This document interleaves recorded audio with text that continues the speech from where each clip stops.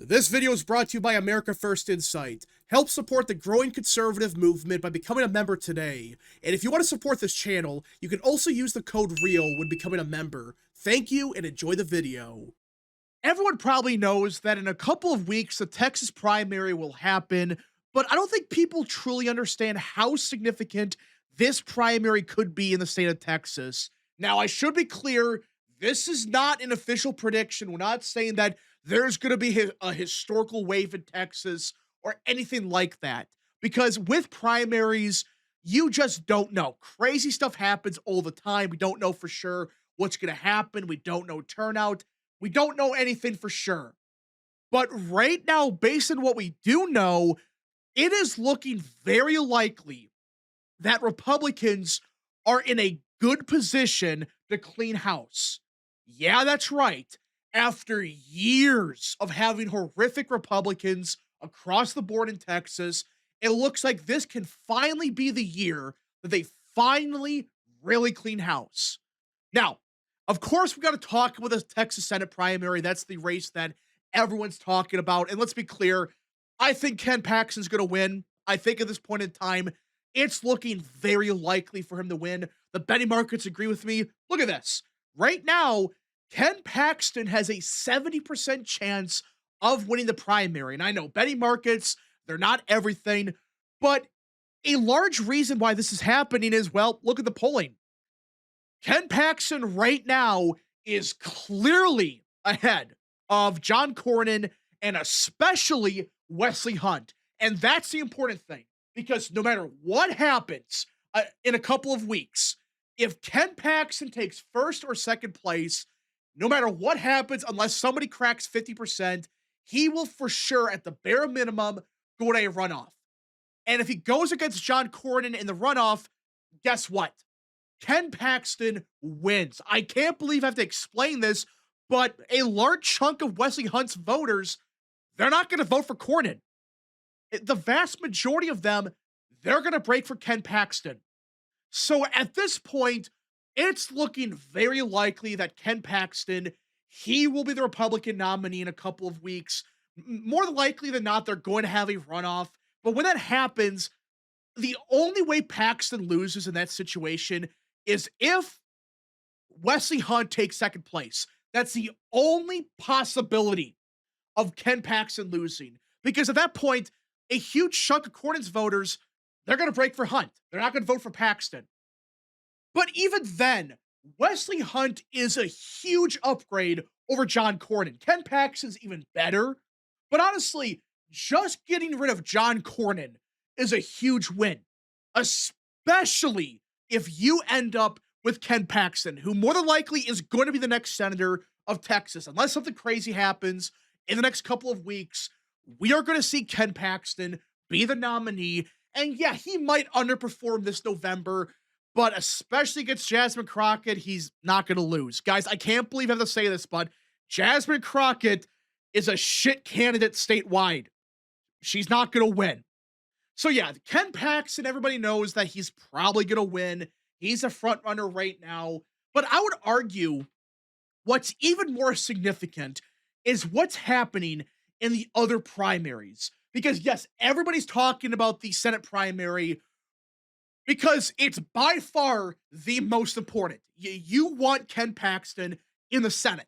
John Cornyn, he's gotten better, but do you really trust him for 6 more years?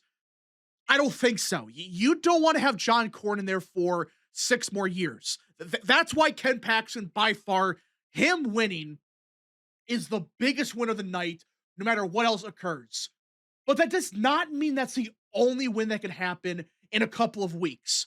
In fact, you look at the grand scheme of things, we could be seeing the Texas Republican Party clean house in a couple of weeks. Now, I want to be clear again, this is not a guarantee, but for the first time in a while, it's looking like some of these god-awful Republicans are finally, or at the bare minimum, potentially going to lose. A good example is Tony Gonzales. Everybody knows about this race. Brandon Herrera, he is going against Tony Gonzales yet again. And a brand new poll was just released that shows Brandon Herrera overtaken Tony Gonzales in the primary. According to it, 29% said they would vote for Gonzales, with 11% indicating they are leaning towards the incumbent. And Gonzales's most competitive challenger, Herrera, pulled at 33%, with 22% saying they would definitely vote for him, and another 11% leaning in his favor. And on top of that, in a runoff, Tony Gonzales would only be getting 34% of the vote, with only 23% who say they definitely support him, while 43% backed Herrera, with 32% saying they would definitely vote for him. Yeah, Herrera barely lost 2 years ago. If it wasn't for Trump getting involved like that, Tony Gonzales would have lost. But now, Tony Gonzales is even weaker. Yes, he's gotten better with some of his votes, but because he's forced to. He knows he makes one bad vote, he's screwed. But even then, that may not be enough. Because it's clear as day, Tony Gonzales, he is in a far weaker position. He has a big scandal going on. It's not a good story at all. And it's looking like in a runoff, which looks like it's going to happen because there are other candidates running. These other candidates, they're going to back Herrera. Do the math. It's looking likely, not a guarantee, but there is a significant opportunity for Herrera to take down Tony Gonzales. And you get an automatic upgrade. You go from a dog shit Republican to potentially an S tier type Republican. We're talking about the best of the best. But there are concerns with Herrera. Again, some people are worried that he's going to turn into Thomas Massie 2.0. And that, I think, is why Trump is supporting Gonzales a little bit here. Not because Gonzales is fantastic, he's not. But Herrera, there are some concerns that he could be Thomas Massie 2.0, and we don't want to deal with that crap. We have enough Thomas Massies right now. You don't want another one. So that's why right now there are concerns, but I do think overall, you would rather have somebody like Brandon Herrera than Tony Gonzales. I think that's just common sense. You don't want Tony Gonzales anymore. He sucks. He's gotten better, but because he's forced to. He's forced to magically be this pro-Trump, MAGA, America First Republican. He's full of shit. A reminder that he was basically supporting amnesty and crap like that just a year ago or 2 years ago. But now, he's an immigration hawk. No, you're not. That's why Tony Gonzales is in a bad situation. That's why he's suddenly having a fantastic voting record. He knows one F up and he's done. And I think he's already screwed. I don't think he's going to win the primary. Honestly, I don't think he's going to. Could that change? Yes. The only way I see Herrera losing is if Gonzales in the first round, if he gets like 49% of the vote again, yeah, I don't see Gonzales losing. But if he gets like 40%, good luck. I highly doubt you're going to see Gonzales win in that scenario. But the crazy thing is, even if Gonzales does win, it would suck, but there is still an opportunity for the Texas primary to be an overall success. Even if you ignore Ken Paxton and just say, okay, Tony Gonzales, he wins, okay? You might be asking yourself, well, how can that be a good night if it's only like Ken Paxton, who winning is a big deal? But if it's only Ken Paxton and that's it, why would that be a significant night? Well, here's the thing. Tony Gonzales is not the only significant primary in the House. In fact, there's a bunch of them. And Republicans have a good chance to get significant upgrades in the majority of them. Not all of them. I'm not saying we're going to have an America First wave where we get S-tier Republicans in every seat. No one should expect that. But I don't think people truly understand how awful the Texas GOP is. Just look at this map right here. Now, there are 13 Democrats on the map. More than likely, for sure, 3 of them, they're going to lose this November. With redistricting, 3 of them are for sure going to go down, potentially 5 of them. But right now, there's 3 Democrats here. Their seats. the Republican now. Okay, you get the point though. Like, okay, there's 13 Democrats as of now. More than likely, it's be down to 10, maybe in a best case scenario, like 9 or whatever in November. But ignoring that, look at this. There are only 4 Republicans that you could really say are America first. There are 7 other ones that are solid. You could argue a couple of these might be America first types, but for sure, they're actually good.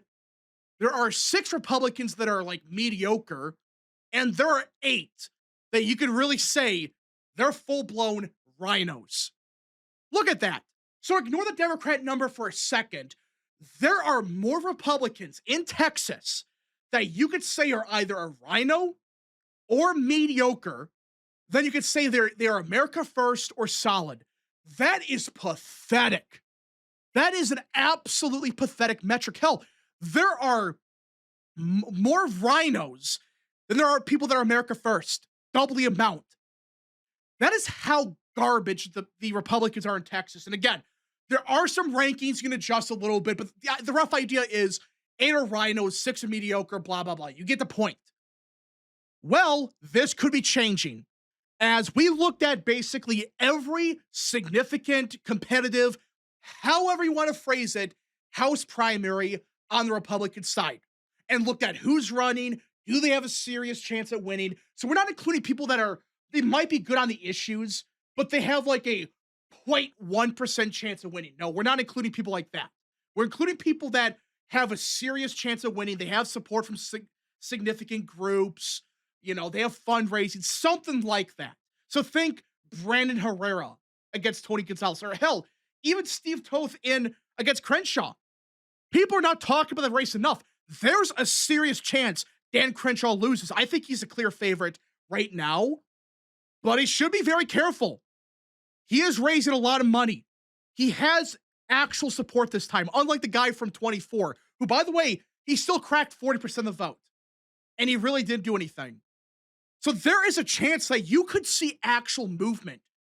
And in this scenario, let's say the primaries, not best case scenario, but let's just say a lot of these good candidates that have a chance of winning, if they all win, or most of them do, well, look at the map. Look at this. You go from 14 Republicans that are rhinos or mediocre down to 12. And you go from 11 America First and solid Republicans to 16. Now, I should be clear, this is not an official prediction. I do think there are some bad Republicans like Dan Crenshaw. They're going to probably win. So you could just add a couple like that, Dan Crenshaw, maybe he wins. Okay.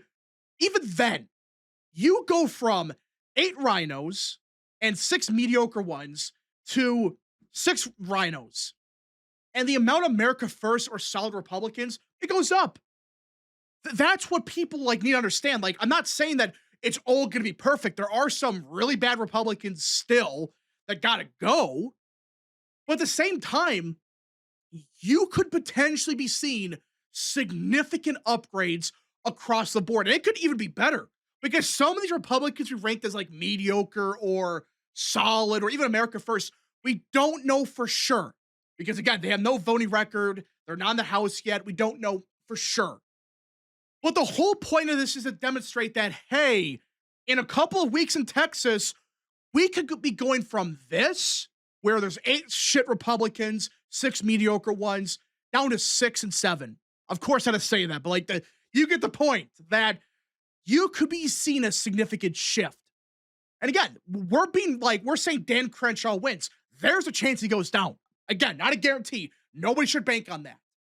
But if you're the GOP in Texas that are sick and tired of these garbage Republicans, this is your chance. There are so many good candidates that don't have just a 0.1% chance of winning. They have an actual chance to win.